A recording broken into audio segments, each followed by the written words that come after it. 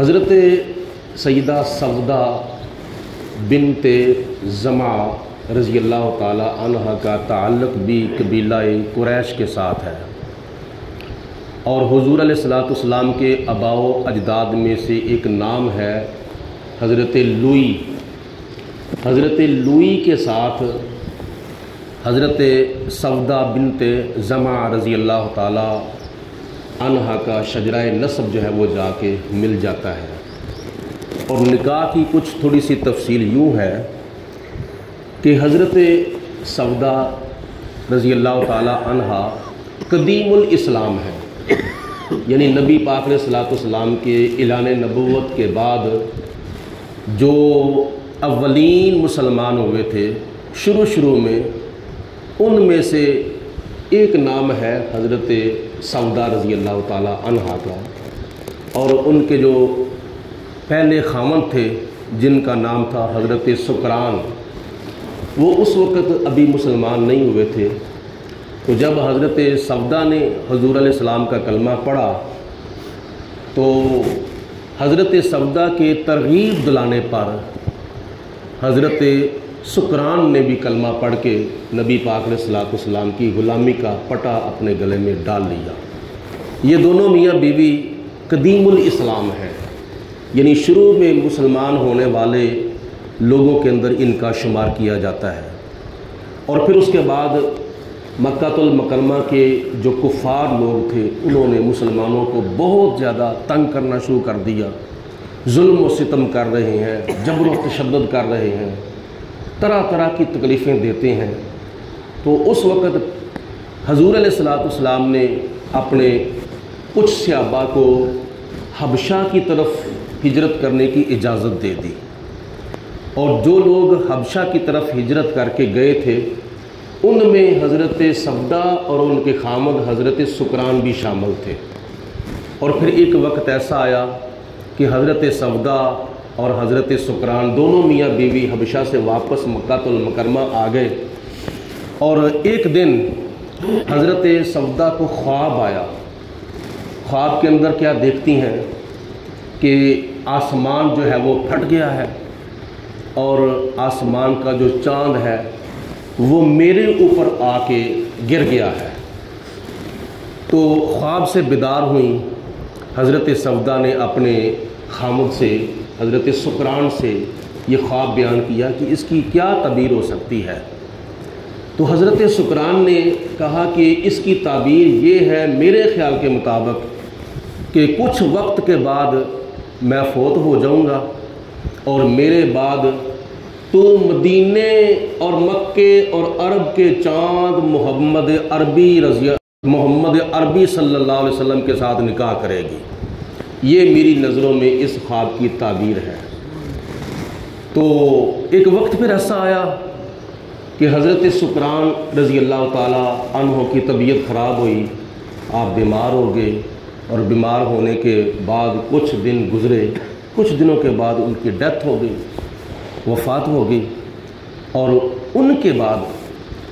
حضرت سودا پھر بہت پریشان رہتی تھی۔ آپ لوگوں کو پتہ ہونا چاہیے کہ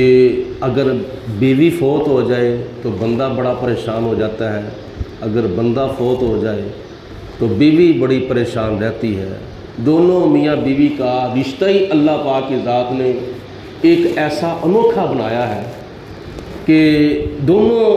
کی جو محبتیں ہوتی ہیں نا میاں بیوی کی، یہ ساری محبتوں کو کراس کر جاتی ہیں۔ ماں کی محبت پیچھے رہ جاتی ہے، باپ کی محبت پیچھے رہ جاتی ہے، بہن بھائیوں کی محبت اور بیٹوں بیٹیوں کی محبت، رشتہ داروں کی محبتیں پیچھے رہ جاتی ہیں۔ میاں بیوی کی جو محبت ہوتی ہے یہ ساری محبتوں کو کراس کر جاتی ہے۔ اور دوسری بات یہ بھی سنیں، اللہ پاک کی ذات نے یہ جو رشتے ناطے پیدا کیے ہیں، ماں باپ کا، بہن بھائی کا، بیٹا بیٹی کا، چاچے بھتیجے کا، مامے بھانجے کا، دادے پوتے کا، نانے نواسے کا، جتنے بھی یہ رشتے اللہ پاک کی ذات نے قائم کیے ہیں،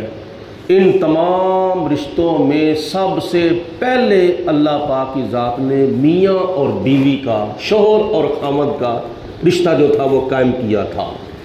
اور باقی سارے رشتے جو تھے وہ زمین کے اوپر قائم ہوئے تھے۔ خامد اور بیوی کا جو رشتہ ہے یہ اللہ پاک کی ذات نے جنت کے اندر قائم فرمایا تھا، یہ ایسا رشتہ ہے۔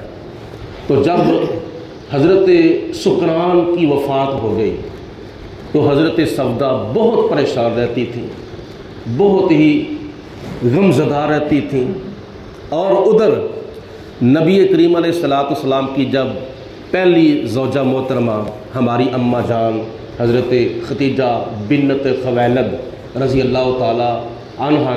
کا جب رمضان المبارک میں وصال ہو گیا تو حضور علیہ السلام بھی حضرت ختیجہ الکبریٰ کی وفات کی وجہ سے بہت پریشان رہتے تھے، غمزدہ رہتے تھے۔ اور ایسی حضور علیہ السلام کی زوجہ محترمہ ہماری اماں جان تھیں کہ حضور علیہ السلام نے ان کی موجودگی میں کسی اور دوسری بیوی سے نکاح نہیں فرمایا تھا۔ تو ایک بزرگ صحابیہ تھیں، ایک بزرگ خاتون تھیں جن کا نام تھا حضرت خولہ بنت حکیم رضی اللہ تعالی عنہا۔ جب انہوں نے دیکھا حضرت سودا بہت پریشان رہتی ہیں، کیونکہ ان کی سہیلیاں بھی آتی تھیں اور ان کو بہت تسلی دیتی تھیں، حوصلہ افزائی دیتی تھیں، اور بہت ہی کیا نام ہے باتوں باتوں میں ان کی توجہ تقسیم کرتی تھیں، لیکن پھر بھی ایک ٹینشن ہوتی ہے، ایک غم ہوتا ہے، ایک پریشانی ہوتی ہے، ایک جدائی ہوتی ہے، ایک فراق ہوتا ہے۔ تو حضرت خولہ بنت حکیم جو حضرت عثمان بن مظعون کی زوجہ محترمہ تھی، ایک تو حضرت عثمان غنی ہے نا، تو حضرت عثمان غنی کے نام کے اور بھی کئی صحابی تھے، ان میں سے حضرت عثمان بن مظعون رضی اللہ تعالی عنہ تھے جن کی بیوی کا نام تھا حضرت خولہ بنت حکیم۔ انہوں نے آ کر حضرت سودا سے بات کی کہ اگر آپ کی اجازت ہو تو میں نبی کریم علیہ السلام کے ساتھ آپ کے رشتے کے بارے میں بات کروں۔ تو حضرت سودا نے کہا کر لو۔ حضرت خولہ جب نبی پاک علیہ السلام کے پاس حاضر ہوئیں، عرض کی یا رسول اللہ میں ایک درخواست لے کر آئی ہوں، اگر آپ کی اجازت ہو تو میں آپ کے رشتے کے لیے حضرت سودا جن کے خامد حضرت سکران جو ہے وہ وفات پا چکے ہیں ان کے ساتھ آپ کے رشتے کی بات کروں۔ تو حضور علیہ السلام نے فرمایا کہ اگر وہ رضامند ہے تو میری طرف سے اجازت ہے کہ جا کے ان کو کیا نام ہے رشتے کے بارے میں کہہ دو۔ حضرت خولہ نے حضور علیہ السلام کے بارے میں حضرت سودا سے بات کی، اور حضرت سودا کے بارے میں حضور علیہ السلام سے بات کی۔ اللہ پاک کی ذات بابرکات نے حضور علیہ السلام کے دوسرے نکاح کا سبب پیدا فرما دیا۔ دونوں نے جب ہاں کر لی تو نبی پاک علیہ السلام نے سارے مراحل طے کرنے کے بعد پھر جب حضور علیہ السلام دولہا بن کر حضرت زما رضی اللہ تعالی عنہ کے گھر میں تشریف لائے تو چند افراد بیٹھے تھے۔ حضرت زما جو کہ حضرت سودا کے والد گرامی تھے، انہوں نے 400 درہم کے حق مہر کے معاوضے میں